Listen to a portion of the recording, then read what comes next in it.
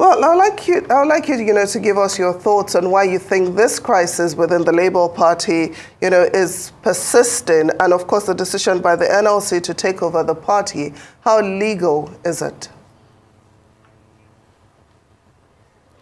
Well, first of all, I have to start by making it clear that the framers of our Constitution envisaged internal democracy within all political parties. And that is the only way that people can govern political parties. And I'm talking about Section 223, 1A, 2A of the Constitution, which said the Constitution and the rules of every political party must provide that the election of its principal members shall be periodically done within interval of 4 years. And anytime any regime exceeds 4 years, it becomes unconstitutional. And to the extent of the stay after 4 years, it's null and void. And again, the method of electing members of the principal organs of a party has been specifically stated in the Constitution. In Section 228, the Constitution gave INEC power to make laws to ensure that political parties observe internal democracy. And the National Assembly has power to make law to ensure that. And they made the law in Electoral Act. Section 82, subsection 3 is very clear that the political party must allow all members of the party to vote for the candidates of their choice or duly elected delegates from them to vote for them. And so the idea that somebody will go to a backyard and purportedly say he has organized a national convention without delegates from the world, from the local government, from the states to the national convention is illegal. And that is irrespective of whatever the constitution of the party says, because the Constitution of Nigeria is supreme and the Act of the National Assembly is superior to the constitution of the parties. So as I'm talking to you now, Abure and his members are no longer the executive of Labour Party. By the Constitution, they have exceeded 4 years, and again, since they are not members of the executive of the principal organ of the party, they don't have any right to organize any convention. They have ceased to be members. So what you had was the members now organized a stakeholders meeting because there is a lacuna, there is a vacuum in the leadership of Labour Party to chart the way forward. And they should, because nature does not exist in a vacuum. So having a stakeholders meeting, and of course NLC is a stakeholder in Labour Party, no doubt about that. There's nothing wrong with that. So I think with time they will fashion out the best legal way to go about it. But for now, the Abure executive has nothing to do with laying claim on the leadership of Labour Party. And even the Labour Party constitution is very clear that delegates from the state must be part of the national convention. So if you are electing anybody and you sit down in a cocoon, I'll tell you where they are missing the point. And I'm talking about the Abure people. They are trying to say that the tenure of the ward and the local government is different from the tenure of the national executive. And then there is no need for ward congress or local government congress. That's where they are missing the point. That you did not organize election at the ward level to have executives of that level does not mean you will deny that level their right to elect delegates that will go and represent them in the national convention to elect the leaders of their choice. So that's where they are mixing it up. But I would have to bear with them because most of them are not learned. Most of them are not lawyers.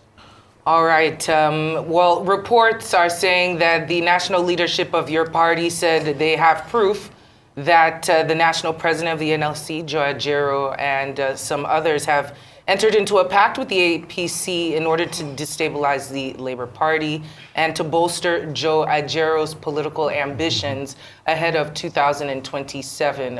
What do you make of that? Well, I must have to say with absolute sorrow in my heart that that executive has been tainted with allegations of forgery. So I will not be surprised if they continue on that lane, forging things. The same Joe Ajero that mobilized people to throw away the faction of Apapa in order to save Abure and save the integrity of Labour Party is the same Ajero, the Ajero that they are now trying to label that he is doing what he's doing in order to have political ambition. That is very childish, to say the least. That somebody is telling you to obey your own constitution, obey the Constitution of Nigeria, obey the Electoral Act, and then suddenly the person now has ambition. And may I ask respectfully, what is wrong in having ambition? Is it not the over-ambition of Abure that is trying to destroy Labour Party? And then he's talking about ambition. Who is really the person having ambition? Joe Ajero is the president of Nigerian Labour Congress. And I know it as a fact that what they are saying is blackmail. You know one thing? Once you start doing things wrong, you start saying things wrong. They are saying all they are saying to cover up their incompetence and corruption in the handling of the Labour Party affairs. Their regime is over. Well, very well said, but like you said, they've been tainted, with allegations of corruption. So I'm wondering, will there be an investigation into all those allegations? And can we expect that if those allegations are proven to be true, they'll be punished even though they are no longer executives of the party? That is why I am so much attracted to Labour Party. You can see how members of the Labour Party are trying to hold their own to account, saying we will not go the way of the other parties.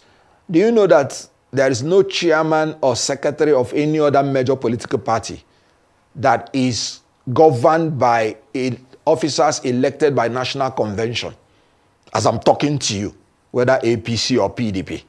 And so I'm excited that I have a party that is holding its own to account, because we have committed ourselves to be committed to due process and rule of law, to be patriotic, to be altruistic, and to be committed to due process. And so, unfortunately, it is not the duty of Labour Party to investigate, to arrest, to prosecute, and to convict. It's the duty of the security agencies, and it's the duty of the courts. But as you can see, the people that are the custodian of these documents have been raising alarm publicly about the allegations that they have. All the allegations you're seeing, none of them came from outside Labour Party. All of them came from Labour Party. That is a party that wants to be self-cleansing at all times. And so I'm very excited. So if they want the documents for all these allegations, those people in the custody of it will produce them. The National Treasurer has said it publicly that she has evidence and she's producing the one she has. You can see the former acting national chairman, a woman. You can see the renegade groups. You can see some candidates in the past election. You can see NLC. All these allegations, they have been saying, what is the security agency waiting for before they do their job? I'm so proud of such a party that is willing not to go the way of the formal parties, but to make sure that whoever disobeys the law is brought to justice, no matter who he is, even if he's a member of Labour Party. I can assure you that it is the security agencies that are dulling in their activities and in their duties. Well, do you foresee a situation where the Labour Party presidential candidate, Peter Obi, might leave the party as it's being insinuated due to this self-cleansing, as you call it, and all the other issues that have engulfed the party, including him being left out of key decisions within the party that he has helped to bolster? You know, the secret things belong to your boss, and only the things he reveals belongs to you. If you meet Peter Obi next time, please remember to ask him that question. I know of a fact that he is a man committed to due process and rule of law. He has said it in different fora. So he will never allow himself to compromise the due process in anything that he's doing. But you know, when you have a virus or a bacteria eating an organism, if you leave that organism for another one, the same virus and bacteria will try to infect the next organism. So what you do is to apply the right medication to inject that organism to decimate the virus and the bacteria trying to eat it up. That's what we are trying to do in Labour now. And by the grace of God, we will be successful. But whatever will happen after that depends on how successful we are in trying to purge Labour Party from the dissidents who have committed themselves to become outlaws rather than obedient to the rule of law. So what he will do will be consequential to all the things we should do, but I think it will be dependent on how the platform he has so chosen adheres to the rule of law and due process. We are all members of Labour Party today, and we are trying to make the best out of it. But whatever he will do after whatever happens in Labour Party happens, please, whenever you see him, you ask him. Well, in the meantime, a couple of days back, we interviewed the APC's Kasim Afegwa, who says Peter Obi's inability to resolve the crisis in his party is an indication that he cannot rule over Nigeria and would have made a bad president. Can you react to this, please?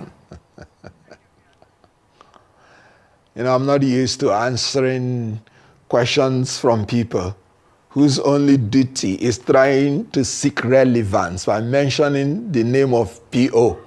It gives them essential nutrients, so allow them to live in that world. But what I'm going to say is that Kasim Afegwa was a candidate or an aspirant to the gubernatorial election of Edo State. And when they finished their first time, they produced 3 candidates. And the candidate that the governor, they sent to announce was disqualified because of their corruption and incompetence. And the same APC, the chairman that is governing APC, is going to face trial from what we read, April 17, for his bribery, for the bribery allegation against him. As I'm talking to you now, APC has been the scourge and the worst thing that has happened to any people in Africa. 1,000 companies has gone down in Nigeria within 1 year. You and I know what the economy is going through. We are paying more now for darkness instead of light. And somebody who is consumed with all those things within the political party is still a bit shameless to begin to call P.O. You have not talked about all the people that are being kidnapped, killed, women raped. And you are interested in calling P.O. and you're talking about Labour Party. Let me tell you, Labour Party, the worst of Labour Party is still better than the best of APC. And you can quote me on that. They cannot even organize national convention. They cannot even bring out clean people to govern their party or govern Nigeria. What a tragedy. And then he is opening up his mouth, calling P.O. Is P.O. the chairman of Labour Party? P.O. is a man who wants due process. He doesn't sit down to command a chairman to leave or don't leave. He has to go through due process. This is the man, for the moment, this is the man that is introducing what Nigeria needs. Can you imagine? Does it not surprise you that a man who is in the opposition, who is not making policies for Nigeria, is attracting more attention from all these loquacious human beings who do not have any other job except calling his name just to attract traffic. He's not the president. He is not making policies. So why are they calling on him? That is also a matter of their incompetence and joblessness and nothing to doism in their body, busybodies. Well, on that note, we'd like to thank you for coming to join us for this discussion. Kenneth Okonkwo, Labour Party chieftain, thanks for joining us.